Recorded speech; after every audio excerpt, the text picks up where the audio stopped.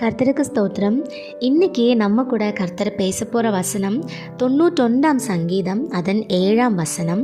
உன் பக்கத்தில் 1000 பேரும் உன் வலது புறத்தில் 10,000 பேரும் விழுந்தாலும் அது உன்னை அணுகாது. டியர் ஃப்ரெண்ட்ஸ், இந்த 91வது சங்கீதம் நீங்கள் கண்டிப்பாக இன்றைக்கி வாசிக்கணும். உங்களுக்கு ரொம்ப பெரிய தைரியம் கிடைக்கும். உன் பக்கத்தில் எத்தனை பேர் விழுந்தாலும் அவங்களால ஒன்றுமே பண்ண முடியாது. எவ்வளோ பலசாலியானவங்க உன்னை எதிர்க்கிறாங்களா, பயப்படாத. அவங்கள எல்லாரையுமே நீ தனியாளாக எதிர்த்து நிற்க போகிற.